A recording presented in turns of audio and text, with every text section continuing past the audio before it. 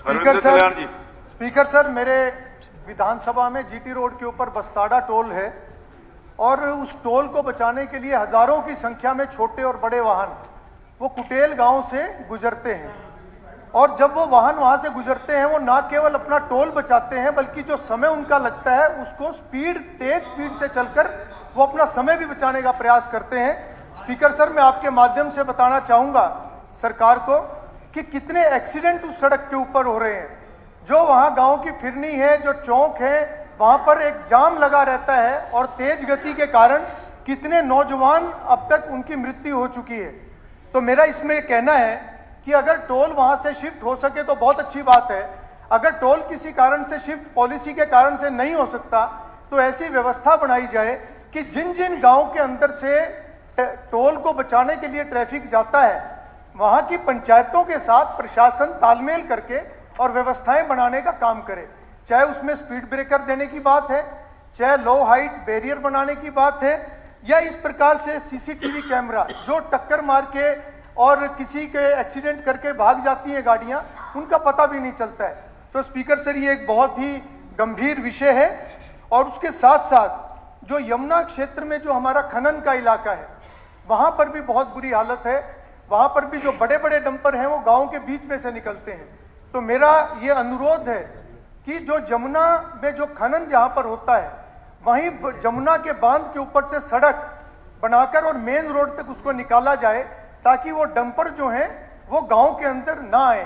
क्योंकि जब डंपर गांव के अंदर से जाते हैं तो उन गांवों में भी लालूपुरा, फरीदपुर, ऐसे बरसत, कितने गांव ऐसे हैं जहां पर बड़े डंपर जाते हैं, सारी गलियां नालियां टूट जाती हैं और कितने एक्सीडेंट वहां पर भी स्पीकर सर होते हैं। और इसमें तो रेवेन्यू सरकार को मिलता है, तो सरकार को इसकी प्लानिंग करनी चाहिए। दूसरा विषय स्पीकर सर, पानीपत से जुड़ा मेरा विधानसभा है। पानीपत एक टेक्सटाइल हब है और पिछले कुछ वर्षों से पानीपत की जो डाइंग इंडस्ट्री है, दूसरी इस प्रकार की इंडस्ट्री है, वो मेरे क्षेत्र के ग्रामीण अंचल में वो स्थापित हो रही है।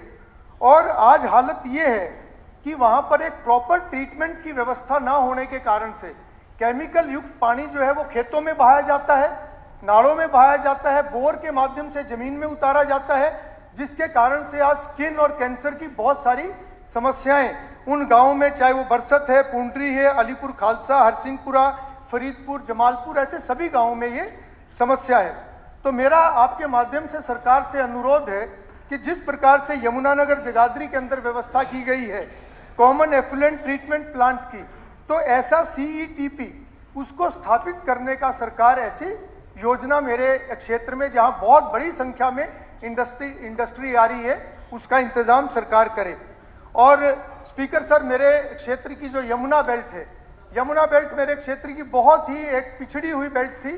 मुख्यमंत्री मनोहर लाल जी का कोटि कोटि आभार व्यक्त करता हूं कि आज वहां पर सभी सुविधाएं उन्होंने उपलब्ध करवाई हैं, मगर वहां पर ITI और PHC की डिमांड लोगों की है।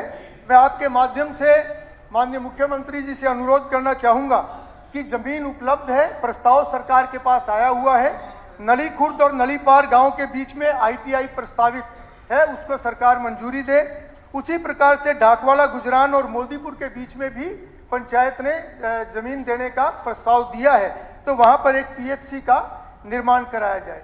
इसके अतिरिक्त स्पीकर सर, मैं केवल इतनी बात कह के अपनी बात को समाप्त करूंगा कि नशे का जो आज जो फैलावट है वो बहुत ज्यादा हो रही है और युवा उसकी गिरफ्त में आ रहा है। ऐसा पिछले दिनों में देखा गया है कि यमुना बेल्ट से जो सटे हुए गांव हैं, जो यूपी से सटे हुए गांव हैं, वहां पर बहुत ज्यादा मात्रा में नशे का कारोबार हो रहा है। सरकार विशेष तौर पर उसके ऊपर फोकस करे। आपने मुझे समय दिया, आपका बहुत बहुत आभार। धन्यवाद।